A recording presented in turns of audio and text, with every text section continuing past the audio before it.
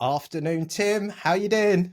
Afternoon, Shabbar. I'm good, mate. How are you? I'm very well. I'm very well. Wednesday, the 9th of April, just as a as a timestamp, 25. You need to 2025. say the year as Yeah, well. 2025. And I think there's only one place to start this week, and that's what's happening out there in the world with it's like the buzzword at the moment is Trump's tariffs and the trade wars that are bubbling up now. And this has had a repercussion on the markets. So I've had not too many. I would like to think that a lot of my clients that have worked with me for a long time, are well sort of coached around this idea that markets go up and down, and we have periods like this when their number goes down, and it could go down a lot. But there are a few people who will naturally always be very, very concerned and believe that this is the end and everything's going to come crashing down. I've had a couple of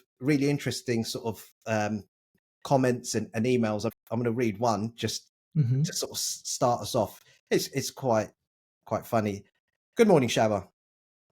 Somebody needs to shoot that ultra hubristic, economically illiterate chimpanzee who is currently running the USA, open brackets, and therefore the world, close brackets, before he completely destroys all our pensions and assets.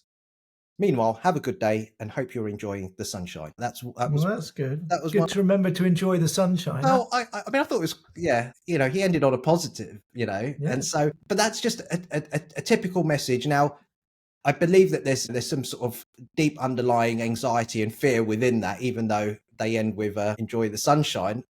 I can sort of read into that message, but this will be common for lots of people. I've had another message from someone who's just like, do we need to rethink the plan because we've just started investing? And I think that's for a client who maybe just started investing in the last 3 or 4 months, to see their portfolio maybe dip 10% in a very short space of time is worrying. If you've been investing for a longer period, you've seen good returns, so you've seen your number go up quite a lot, and therefore I guess the drop doesn't feel as severe as someone that's just invested. So there's a lot going on, and this is the Problem of Money podcast, so I think it's only fair that we dive into this. Well, let me respond, and then maybe you can direct us to the key things. As I've said many times, I'm a psychologist and a kind of student and a guide of personal development and human learning. So I am not going to say any of this as an investment advisor. None of this is investment advice. Everyone's situation is different. So what I'm interested in is the psychology and really what happens to us, to me, to anyone emotionally. And when I say psychologically, like in my body, what happens to my guts and my bowels and my heart and my heart rate when the number goes down? Brackets a lot. It's really interesting. Okay.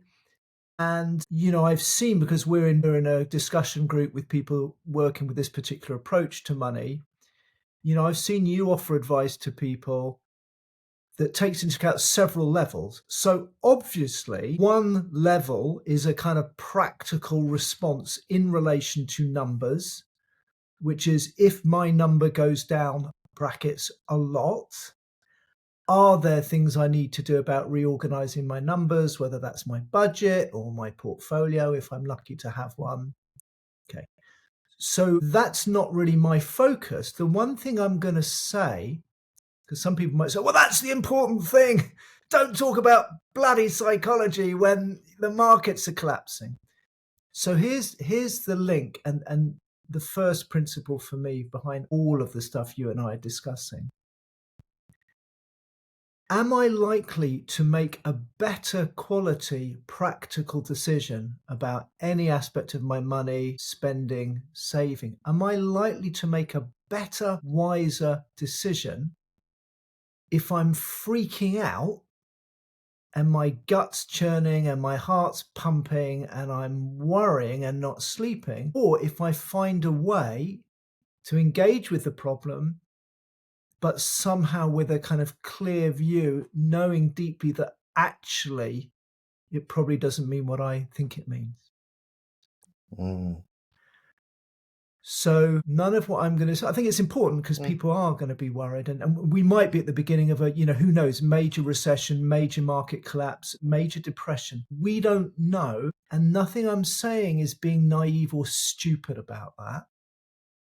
The point really is this. I'd offer it as a framing for our conversation today. Given we don't know, given my number might be dropping, given that all of us individually and in this case kind of globally really are facing something that does seem scary and certainly very uncomfortable, do I make better decisions and do I respond in a more healthy, creative way if I'm freaking out, or if somehow I find a way to see and respond to the situation clearly? So that's my framing. Then the question is, okay, how can we not freak out? Or at least how, if we freak out, can we not be driven so our decision making kind of carries this atmosphere of panic, frankly? How does that tally with you and what you offer your clients and where you think people need to be in this situation? Yeah, I'm just going to rewind, and I was going to jump in when you said it. Right at the beginning, you said something about your portfolio, if you're lucky to have one. Well, of course. I thought that was really interesting to actually just acknowledge that you've got the wealth to have a portfolio worth worrying about. That in itself is quite It's an absolute privilege and something privilege. that still much of the world doesn't have. Yeah. I was reading, I forget the numbers, I wish I had it to hand. I think it's close to 50%. It's somewhere between a third and 50% of American citizens have no savings, have less than $500 right now. Now, still, some of them may have an employee pension fund. There may be investments they have they're not aware of. But sure, to have private funds and some sort of portfolio is in itself worth recognizing more than many people have. That doesn't mean, by the way, that we're not entitled to feel anxious, panicky, and afraid. But yeah, it's interesting you picked up that phrase, if we're lucky enough to have a portfolio to worry about. I think when it comes to framing, I think I think as human beings, we get so caught up. A number goes down, or we feel like we can't make a certain decision. We've discussed this before, and our mind has immediately taken us to the place that I like to call, homeless under the bridge with no food. That's like the doomsday sort of scenario. And so many people, even in this, what I would call at the moment, a market blip, because it isn't a full blown, 2008, 2009, like minus, whatever 40-50% that we experienced during the great financial crash. It could get there.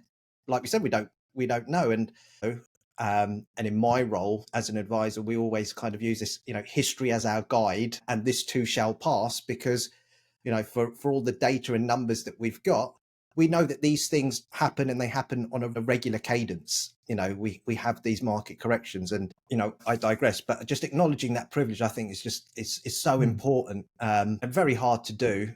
And I do feel sometimes as an advisor, if I was to say that to clients, I would feel a bit uncomfortable in telling a client who's in the middle of having a meltdown, but you know what, very privileged to have a portfolio.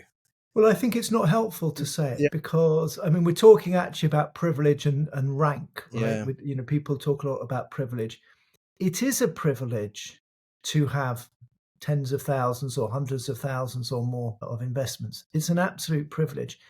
However, if I'm panicking in that moment, how can I put it? It's a privilege to be someone who maybe is less anxious or is not so emotionally fearful. So again, we're seeing, as we say often in this podcast, it's a mistake to assume the number means all the things we think it means. So in other words, I could be privileged to have a big number, but still not have the privilege of being emotionally resilient. I might be very, very nervous. I might be slightly neurotic. I might be someone who has a much lower number, so I don't have the financial privilege, but I maybe have an emotional stability or a capacity to see the positive side or a capacity to see the big picture. And that's also a kind of a privilege in its way. And one of the things, of course, we do in the society, for all sorts of reasons we've explored, we often lazily assume, all the privilege goes into one bucket. So everyone with money is also lucky and everything goes well for them. But as you will know, there are many highly anxious people who happen to have large portfolios. Yeah. Now, again, we are not saying that all things equal, it wouldn't be better to have savings or a large portfolio. Of course, all things being equal, it's nice. But that doesn't mean that someone with a large portfolio might not be panicking, might not be losing sleep, and someone else, potentially with less money or much less money, may have, for whatever reason, the gift of somehow feeling they will be okay and everything is going to be okay, even though it's tough. So that's why if someone's panicking about their money going down, reminding of their privilege in that moment, I think is actually disrespectful, because what you're actually doing is you're reminding them of one type of privilege they have, but in that moment they're suffering because they don't have, let's say, the emotional stability or resilience. Okay, so how would we be best placed? This could be people in my position who are advising clients, or just individuals that are listening and will be dealing with their own sort of portfolios and worries and fears, and there could also be fears even not attached to a number, just around job security, the way that the world is going to shift. All of that sort of stuff plays in. So whilst you've got people who are looking at their pensions and investments and seeing the number drop, there's also fear around maybe losing jobs and what this means for trade and the way that the world operates. So, what tools or techniques are there that can help us? And I know, the reframing that you mentioned, but how would we approach this? Well, again, not one size fits all. Different people, you might work with it in different ways, but maybe I'll offer you some perspectives. So I'm not saying what you or financial advisors should say, but here are some of the things I think we miss. The first, again, comes back to this point that in this work, this money work, which I learned from Peter Koenig, who I've talked about and have continued to develop, our emotions get tangled up with the number, right? So when the number goes down, brackets a lot, and I notice I have a very strong emotional response, in this case, fear and anxiety, the first step is to at least consider my fear and anxiety is not just about the number. It's almost like the number is a proxy. Okay. Now that's a big step for a lot of people. But if I can consider that, whoa, I am in the present moment experiencing huge anxiety, right? Because my number's gone down. And somehow what happens is that has psychologically, that's catapulted me into the future. Because right now, when the market's crashed, I'm still sitting in the same room having a cup of tea. On some level, my present moment situation has not changed. Nothing has actually changed right now. So all my fear is a projection into the future. It takes me away from the present moment, and I've run off on a kind of nightmarish fantasy or nightmare about something. Now, what's happening in some way is the anxiety is now, in other words, in my body right now, I have a strong fear feeling response. But nothing has actually changed in my direct situation, but somehow the fear is related to some ideas about the future. So I'm saying all this step by step because normally we don't miss it. We just go, oh my God, the curve's gone down, so-and-so's in the red, I see a minus number, I'm freaking out, and it all gets squashed together as one big, real, terrifying thing. And just to label some of the ones, that I sort of hear on a regular basis. I'm not going to be able to retire when I want. I'm going to be, my lifestyle's going to be, I'm not going to have the income. I'm not going to be able to enjoy my life. All of these sort of things start coming out because it's all sort of tied up in this number that's gone down. And suddenly there's almost it's almost like an acceptance that, well, this number now is going to remain low and may go lower and is going to stay low forever. When again, the part of me that's the financial advisor would say, but let's look at how these things pan out. Right. And it's never the case that it's gone down and stayed down and never gone back up.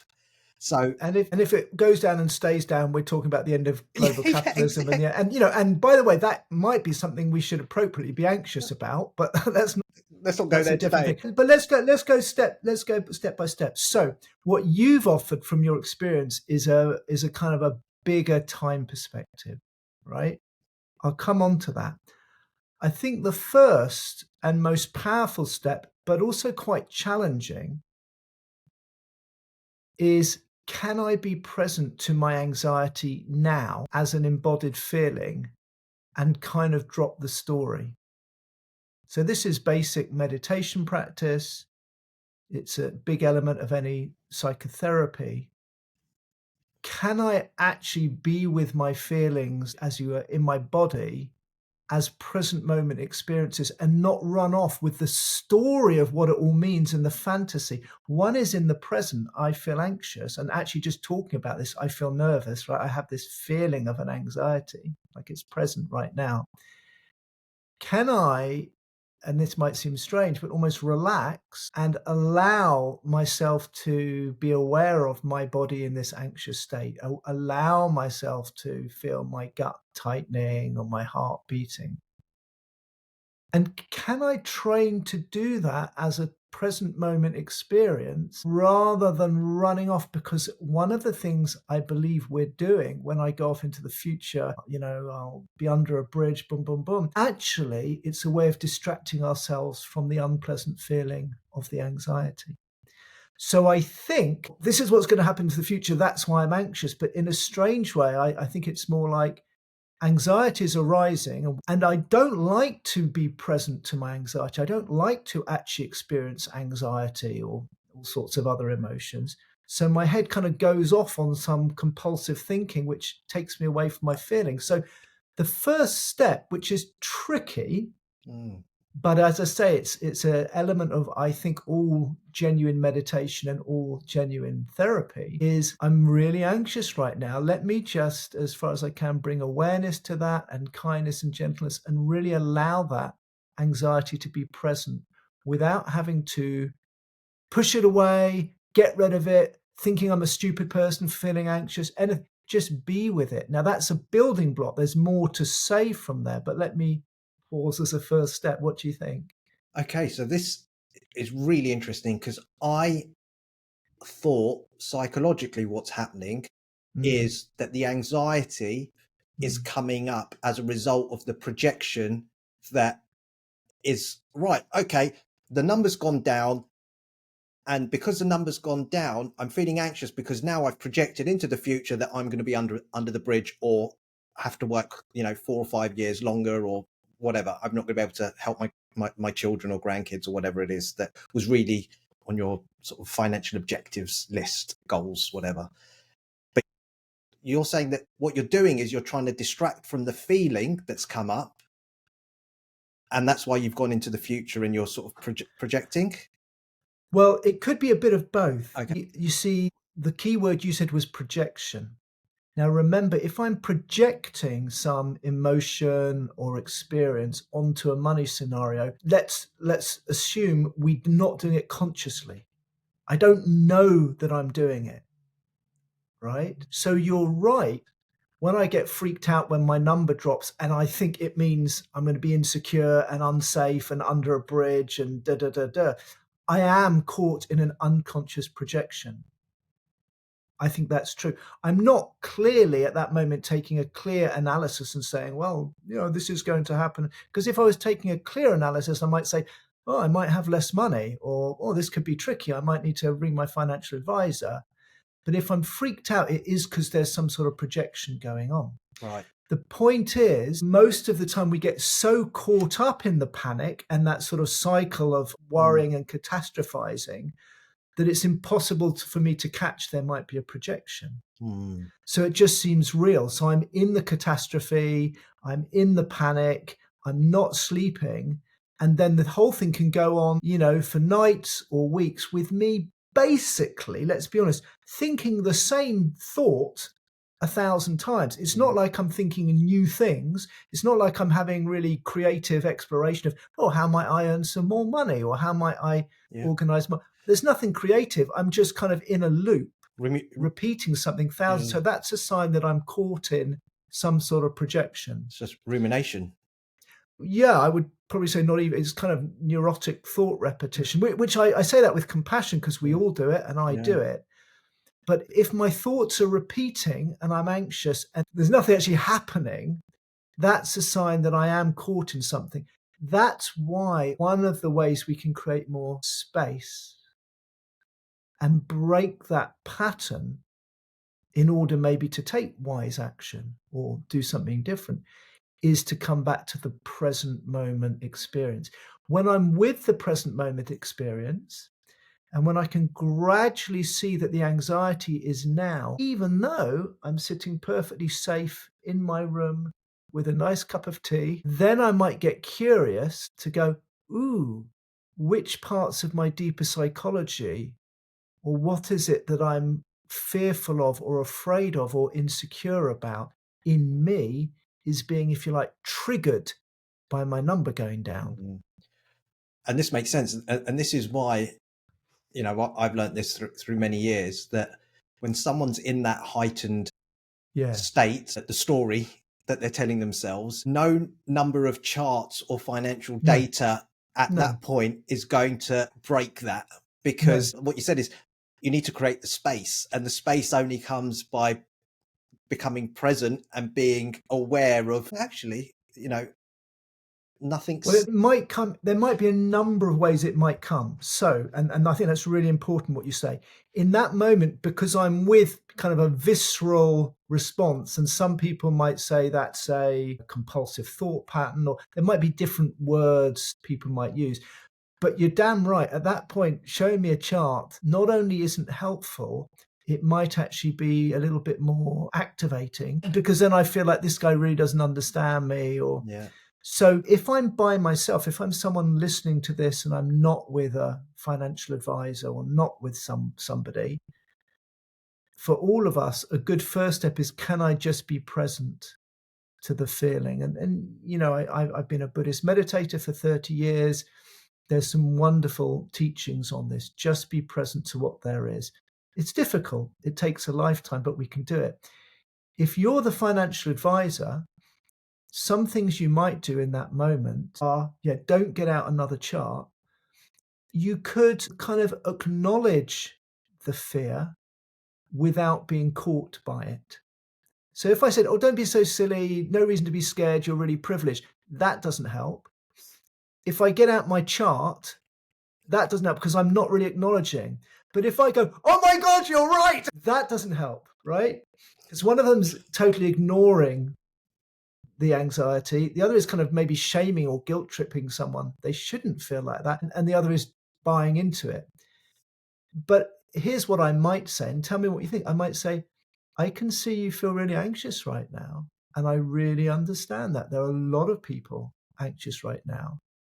And actually, if you watch the news, and there'll be a lot of people caught in this fear right now.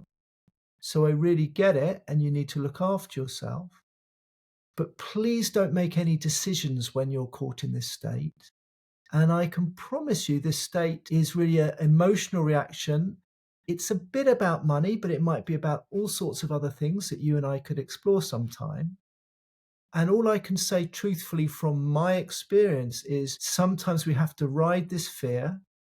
You might feel uncomfortable. I'm here if you want to talk through, but let's not make a decision from this fearful, panicky place. Yeah, spot on. How does that sound? Yeah, I mean, I was sort of advising through, I was probably at the start of my career during the sort of 08, 09 financial crash. I wouldn't say that I was in charge of sort of families, you know, financial future at that stage. I was sort of still a bit in my infancy on my journey. So the real big one for me was COVID when we experienced, and it's always a bit of a tricky balance because some clients don't know really what's going on. I mean, they might read the news, but a lot of clients might not check their portfolio, might actually be quite comfortable. If you send out a state of the nation address, say, we know that markets are tumbling and this, that, the other, but, you know, blah, blah, blah. You might be worrying a whole load of clients that actually aren't worried. And so you've got to be very careful with, and this is where you understand which of your clients are more likely to react to this. But COVID, it wasn't just the markets dropped. There was fear around our health Yeah. and, loved ones. And it was just, It was a fearful it was a time. fearful time. That was a kind of a blanket moment where you do need to stand up and be that voice of reason. And we never make, rash decisions or knee-jerk reactions in response to sort of world events and markets dropping, etc. I think that's something that's baked into the good advisors that are out there, is that's the message that we give to our clients, because we know that that's extremely damaging for their financial future, to be making knee-jerk reactions, and you can't make good decisions in a state of panic and frenzy. So No. yeah, that wording and is very, very comfortable for me, and I know a lot of advisors will relay a similar message. And then once we're at a state of calm, it's a good place to then look forward and say, well, then you can look at the charts once you're at a place, and just to reaffirm, look, nothing's changed with your financial objectives, therefore we don't need to make any changes to your plan. And I actually do run some sort of doomsday scenarios, so that we can see, right, okay, well, how would life pan out if the number did go down seriously, and have those conversations. That's the next level. And I want to get into that from the psychological point of view, because that's where there's an opportunity for something really profound. And again, you might not do that on the first call when someone's panicking, but with all of these crisis moments, there are great opportunities. So let me make a couple more points. Sometimes our number goes down, brackets, a lot, and it's individual, like we lose a job, or we get divorced and we have to split our assets, or I don't know, we make a particular financial decision and it doesn't pay off, right? We set up a business and the business fails. So then we face all that anxiety, but it's not so much in the collective field. It feels more personal. But still, those practices of being with the anxiety, not running with the story, trying to make the best decision, not activated by fear, still very important.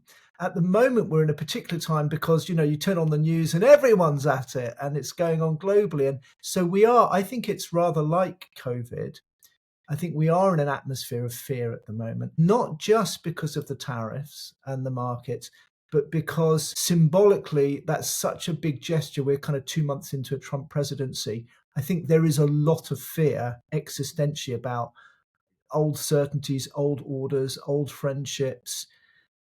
So that's one thing to notice with the anxiety, is I might be anxious about my money, but again, it might be slightly a proxy for, oh my God, the world as I've known it in my adult life genuinely is changing, and that's very uncertain. And so that can throw up a lot of existential fear. So I wouldn't underestimate how much collective uncertainty and fear there is right now. Could you just touch upon Sure. existential fears just briefly, and how, because they have a different flavor to the number? Yes, well, that's kind of where this is all going. Okay. I think that's the opportunity. So let me try and I'll take one more step, then let's come back and talk about what existential fear is, right? Now, what's interesting is Peter Koenig, who founded this work, he used to say that in the end, when we have a new money consciousness, when people really understand this side about the unconscious dynamics around money, when that's spread far enough, we will need whole new kind of job titles or professions. Because the idea that, you're just an economist dealing with numbers and I'm a psychologist dealing with human consciousness, or you're a financial advisor, but they go to someone else for their therapy, or they go to, a priest or imam or whoever. It's like the modern world, because the modern world separates money as this kind of mathematical, logical, rational thing, and faith and spirit and psychology. We have different jobs. Now, what Peter suggested, and I think we're heading there, we need to, is you're going to have people who are financial advisor priests or accountant therapists, or you're going to need people in all professions who are dealing with the numbers but much, much more attuned to what the numbers actually mean, which takes you deeply into human psychology and consciousness and meaning of life. Okay. At the moment, we don't have that. Yeah. And our podcast is a small, tiny step, maybe inviting people to that. And I know in your work, you want to include more and more of that. Now, why do I say this? Because I'm guessing that existential human fear was not a topic in your qualifications for being a financial advisor. Well, not even the sort of the behavioral stuff that we just touched upon at the beginning, which is just become present. I mean, that wasn't in any material which you needed for your level 4 diploma, let alone sort of moving on to chartered and stuff like that. I don't know how much. I mean, behavioral finance is a discipline or an area that's actually gained a lot of traction, but it's certainly not it's not what the FCA are kind of really hot on. But maybe one day. So let's talk about existential fear a bit. We won't dive into it. If it's true, as we've said in all of our podcasts, the feeling and the emotion is never truly residing in the money. We just think it does, and we act as if it does, and if we're not careful, we get into panic, etc. If I can make that separation by going, right now I'm experiencing dread, I'm experiencing fear, I'm anxious, but it could be true for any other emotion, including power or joy or freedom or anything. But for now, let's talk about fear. And if it's true that it's really much less related to my number going up or down than I think, then I'm left with, once I've experienced it, well, here I am. I'm in a comfy house. I've got a nice cup of tea and I'm feeling dread. I'm feeling anxious. And without rushing off into my thinking, I might start to be curious about what is the role of fear and anxiety in my life, regardless of money. Because the suggestion is, this is an experience I'm having right now. And it's not just about my number dropping, it's something else. And so now we talk about what are the deep levels of insecurity and anxiety and fear that all of us humans get to have or have a connection to.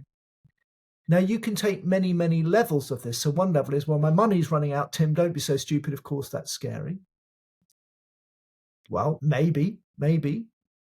You could say, well, it's not money, but life is uncertain and I want to be okay. And then I'm scared about that. And then, if you get into certain psychology and maybe some Buddhism, you say, well, actually, all anxiety is because we're terrified of dying, because the truth is, at any moment, we're here and then we're not. You and I might not finish this podcast. Either one of us could have a heart attack. And I don't say that flippantly. I don't say that frivolously, but it is existentially true. Yeah. Okay. So what we're saying is, whether we like it or not, there is a thread of a profound uncertainty, a deep, it's an uncertainty, and for most of us, we experience that as a fear that me and who I think I am, which includes everything I know myself to be and my way of life and all the things I hold on to certain, are much less solid, much less reliable, much less controllable than I like to think. And that's just simply true. That's part of life. And it's actually, in the end, a very beautiful thing, because it's where all creativity comes and fluidity and possibility. But to my ego identity, it's damn scary. And is this deeper lying fear and insecurity just being triggered by the money event or the number? Well, that might be one interpretation. It's certainly one thing I would invite anyone who's still listening to consider. Because if it's true that one of the things kind of at the core of my identity, by the way, it's not the only thing. There are many very wonderful, beautiful, fantastic things we might say are deep within us that we also don't see, right? But for today, we're focusing on fear. But if it's true that, by virtue of being a fragile, vulnerable, ephemeral human in this vast cosmos, and I have this extraordinary life, and life is full of wonder and miracle and extraordinary things. But the truth is, from the moment I was born, life could be snuffed out at any moment, whether I've got money or no money, or right. The suggestion is some part of me is in touch with that truth, and some part of me is rather threatened by that. Now, maybe we could get into maybe my true soul or my eternal being, or maybe some part of me isn't threatened. But certainly my ego, my day to day Tim, who hopes to be here having a nice cup of tea tomorrow, is quite troubled by the idea that I might not be here tomorrow, or that everything could disappear. So if that's in my being, but I don't like to see it, as most of us don't, and if I feel more comfortable and secure thinking, well, life's going to carry on the same. And yes, I know I'll die one day, or I know something.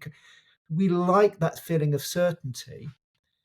Then yes, some of that kind of deep fear could easily be tangled into a number.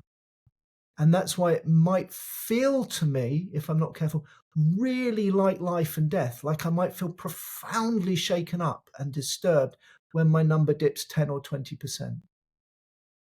Because something in me is being triggered or activated or something that isn't really to do with the money. But the message I get when my money goes down is it's life or death. And it's reminding me of the uncertainty, the insecurity at the heart of things. Now, again, it doesn't mean that I might have to take some action because my number's gone down. It doesn't mean I might have to budget. It doesn't mean things might be more of a squeeze and more uncomfortable. We're not pretending that, but it probably doesn't mean, like, for anyone worried about their portfolio, it probably doesn't mean life and death, but it might feel that way. And so, yes, I think that's worth considering. What do you think? Yeah, I mean, that's going quite deep. Well, isn't it? It is, and I can see it, and it's very unconscious, right? It's Very very unconscious. unconscious. This whole like life and death thing around money is really something that I think triggers a lot of people, because I'm just trying to think in terms of clients, and yeah, the level of worry and anxiety is almost like, well, this is a life or death sort of scenario. And I'm also thinking how events that are taking place, so not the markets, but just like the change in the way that, like you said, relationships and the new world order and all of this sort of stuff, there's an element of life and death in that as well, which is playing a part. And we don't like change. But if we just look at, history is just full of change. That's all we've got is change. And some people will say, constant progress, although even I'm starting to question now. Well, it's a Western view talks about linear progress, and Eastern view talks about cycles of kind of Right. exponential progress and then decline, and they see it much more as a circular process. And I think this is a topic for another day, which is progress as measured by GDP going up, or all of these other metrics that would suggest, oh yeah, the world is getting so much better because the numbers keep going up in terms of GDP per capita and all of this stuff. But yeah, we are very, very vulnerable when it comes to things potentially changing. And again, nothing's happened. We've got events that are taking place, but a lot of people are seeing this as, oh my, catastrophe, right?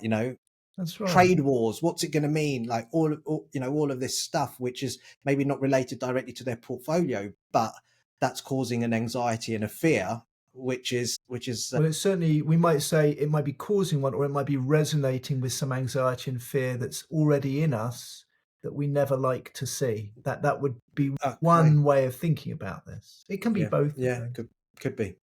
I'm aware of our time. Yeah. I was wondering, because we often end our conversation thinking, what is one thing that someone could do? Yeah. If they're listening to this. And I would think one thing I've mentioned, and then one thing maybe for people to ask themselves, or maybe a question for financial advisors to ask their clients. So the thing we've talked about is just, as my meditation teacher used to say, train yourself to turn towards difficult feelings.